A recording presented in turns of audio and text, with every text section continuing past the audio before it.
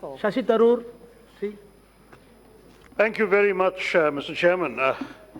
This request by the government is seemingly routine, but it masks a dismaying record of, unfortunately, a dismaying record of economic mismanagement and budgetary failure.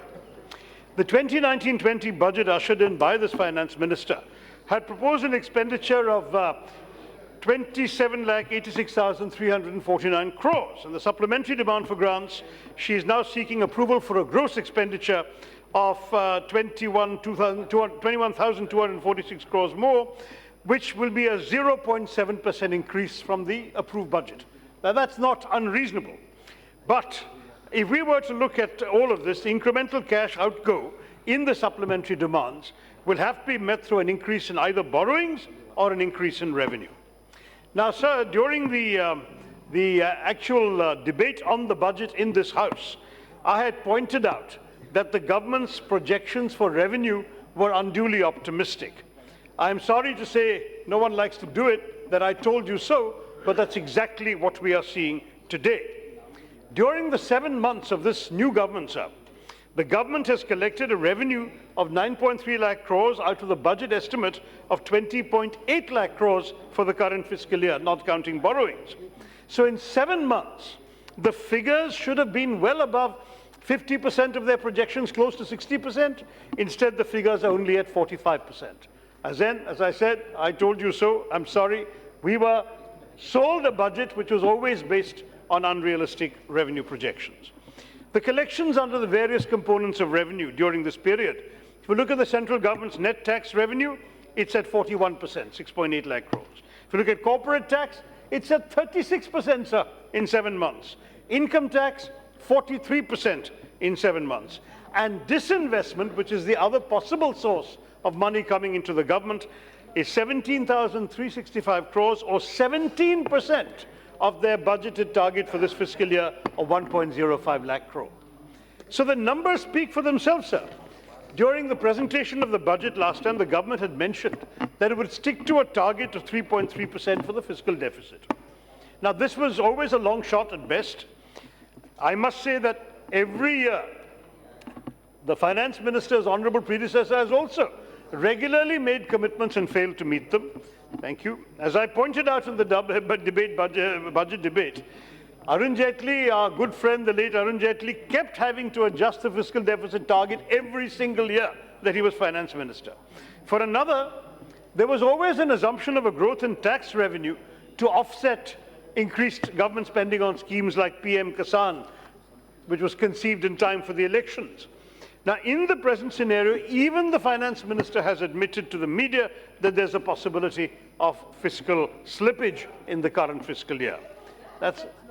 I've been told there's a quote from you in the media. Okay, I will ask my staff where that comes from.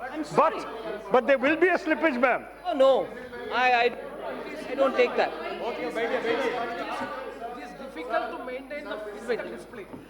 I believe your exact quote is difficult to maintain fiscal discipline. Sorry, let me hear that. That it will be difficult to maintain fiscal discipline. Sorry, just 1 minute. Sorry. Okay, we will get the exact quote, but let me put it in my words. You will not, ma'am, you will have a slippage in your fiscal deficit this year. All right. That's my argument. Put it into my mouth. And I think you will have to readjust your figure as your predecessors have had to do. And that's unfortunately the reality we're facing today.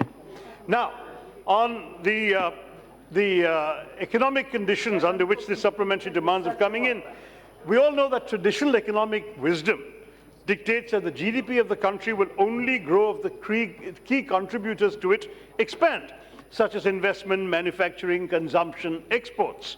But here we have a peculiar situation where all of these are going down and have in fact hit rock bottom. But the government still believes it can sell the idea of a $5 trillion economy without offering us a roadmap of exactly how this will happen. At least the Prime Minister keeps talking of a $5 trillion GDP, but the Honourable Mr. Nishikant Dubey believes that GDP is not important, and I'm not sure who is the more reputed economist amongst the two of them. But the fact is that GDP growth rate in the most recent quarter has been considerably lower than such fevered fantasies, at a tepid 4.5%. a sixth consecutive quarter of slowing growth. The new figures represent a stunning decline. The country's GDP was growing by more than 9% at the start of 2016, a legacy of the Manmohan Singh years. And today, 4.5% has become the new normal. So with GDP growth at a 16-year low, unemployment at a 46-year high, household consumption at a 4-decade low, bad loans and a rising number of non-performing assets, we are also witnessing an all-time high in terms of a drop in private investment. If we look at unemployment today, it's 7.48% in November. The labour participation rate is the lowest it's been in recent memory. And in fact, the unemployment rate touched a 3-year high in October of 8.45%. In rural areas, it's doubled from 2013-14 fiscal year to 17-18 fiscal year. There's been over a 50% increase in employment in many sectors in the urban areas, and urban males in particular have suffered. As per a working paper published by the Azim Premji University, we've seen 9 million people losing jobs between 2012 and 2018, and that's an average of about a couple of million a year between these crucial periods that the BJP was largely in power. This clearly called for remedial measures under the supplementary demands for grants to do something about employment generation, but these are not forthcoming. Instead, what do we have? We have salaries for police and armed forces, under which the government proposes to spend 3,387 crores to pay salaries and the cost of rations for the police, 2,000 crores for payment of salaries and allowances for the armed forces, but supplementary demands for grants are meant for expenditures that could not have been anticipated in the regular budget. But these are standard exercises. These salaries and ration costs, they haven't gone up since the budget was approved.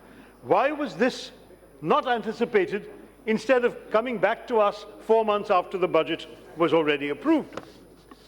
Now, if you look at the situation that we are seeing in the country, sir, the National Statistical Office tells us that rural poverty has risen nearly 4 percentage points to 30%, and that given the size of the rural population, the overall estimated poverty rate has gone up nearly a percentage point to 23%, which means, simple mathematics, that about 30 million people have fallen behind or below our India's official poverty line in the last 6 years that the BJP has been in power.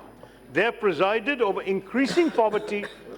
30 million people who are above the poverty line have fallen below it. And with growing unemployment and increasing poverty, surely the one thing the minister could have thought about in her supplementary demands for grants would have been more allocations for the Mahatma Gandhi Rural Employment Guarantee Scheme, because there we are facing a situation in which many people, I think MPs have already complained during question hour, many people working in the scheme have not been given their salaries.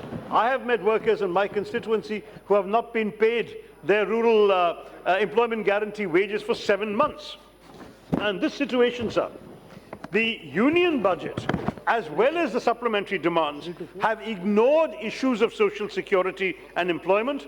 They have shown no intention of boosting rural India's needs. It was a disappointment, of course, for 13 crore rural households that are dependent on Manrega. The 2019-20 budget has a lower figure than the revised estimate for the previous fiscal. 61,084 crores was 2018-19, only 60,000 crores this year, and nothing. After reducing the budget from 1 year to the next, nothing has been added in the supplementary demands for grants. So this is incomprehensible, Mr. Chairman, because in fact, all experts have said that for this scheme to work and benefit the intended targets, you cannot do it for less than 88,000 crores. The centre had to allocate supplementary budgets for 3 straight years after original allocations were exhausted in the first few months of the respective fiscal financial years, because the workers need the jobs. But those allocations in the past were delayed, people didn't get their wages on time, workers slowed down. Nobody got 100 days under BJP rule, the guaranteed 100 days of Manrega. And on top of that, I see that the fiscal year 18 below 50 days of employment was provided on average at the All India level. So in these circumstances, surely what we needed were more supplementary grants for NREGA so that people can get their wages on time, so that, and by the way, 78% of all NREGA wages NREGA wages have been paid late, 78%. And what is more, they have not been paying compensation for delayed payment. So these are people who need this money from their employment to be able to live, sir, and they're not being given their money by this government. Unfortunately, fiscal year 17 is the last figure I have. 11,000 crore in wages were unpaid by the central government. And in the first 2 quarters of 17-18, 32% of the payments of all that was made. An activist filed an RTI that revealed that in fiscal year 18, there were 13.17 crore people registered under NREGA, but only 5.73 crore workers sought work and only 5.1 were given work, with the result that obviously the government was not spending the money it should have been spending. I would have said that in this was a missed opportunity to increase the allotments to the Mahatma Gandhi NREGA scheme in order to benefit people who are getting increasingly poor with the passage of time. So where will the revenues come from? Coming back to the question of the government's challenges. Not from manufacturing. The manufacturing growth rate has now been so subdued, and we all know that for our economic growth to reach the kinds of levels we once used to routinely take for granted, our manufacturing sector would need to grow in double digits. Instead, it's at a very subdued rate of around 3% for the last 5 years, from 2.8, in fact, to 4.6, averaging just above 3. The Indian automobile sector is in disastrous shape, worst ever half-yearly performance. The two-wheeler sector is plummeting, registering a major dip, and auto components, which I think the finance minister's own state was leading the country in manufacturing, have had a dip of 22%. So the result is we're looking at the worst figures in the automobile sector in the last 2 decades. And this is the crisis that we are facing. At the same time, revenues are not going to come from consumer spending, because consumer spending fell for the first time in more than 4 decades last year. Every year for 40 years, our consumers have been spending more. Especially after NREGA came in, rural demand went up, people had more purchasing power in the rural areas. All that has gone, sir. We have seen a decline for the first time in 40 years, according to the latest consumption expenditure survey by the National Statistical Office. And what we're seeing is that the average amount of money spent by an Indian in a month has fallen from 3.7% in 2017-18 to from 2017-18, 2011-12, it's fallen by 3.7%. And what is shocking, sir, is that there appears to be a dip in food consumption, including on essential food items. The most disconcerting bit to economists has been that this is the first time it's happened in decades. Former Planning Commission member Obijit Sen said that a fall in food spending, especially in villages, shows that malnutrition has increased. It would be fair to say that poverty has increased significantly. But there are, as I said, no new welfare schemes envisaged in the supplementary demands by the Honourable Finance Minister. What does the government wish to spend the money on? Now, we are told that allocations for the new union territories of Jammu and Kashmir and Ladakh are going to get 8,821 crores. We all know that it's been nearly 4 months since on the 5th of August, the High Home Minister introduced the Jammu and Kashmir Reorganisation Bill into the upper house of Parliament. And since that time, our own citizens, our own political leaders, one of our own members has been living under a clampdown, has been living in detention. In the absence of any return to normalcy in Kashmir, these allocations to the areas would mean very little. We know that 30 political leaders were kept under detention, some of them in solitary, including a former Minister of State of the government of Mr. Vajpayee, a former Chief Minister in a coalition government with the BJP, and a currently serving MP. And what are we seeing, sir? These people, as well as other leaders, are being shunted from now one location to another, amid allegations of manhandling by the police. Meanwhile, terrorism keeps going up. According to the government's own data provided here by the MOS for Home Affairs, Cross-border infiltration along the line of control has gone up by almost 50% since the provisions of Article 370, I'll just take 2 minutes more, sir, were abrogated and Kashmir was put under a lockdown.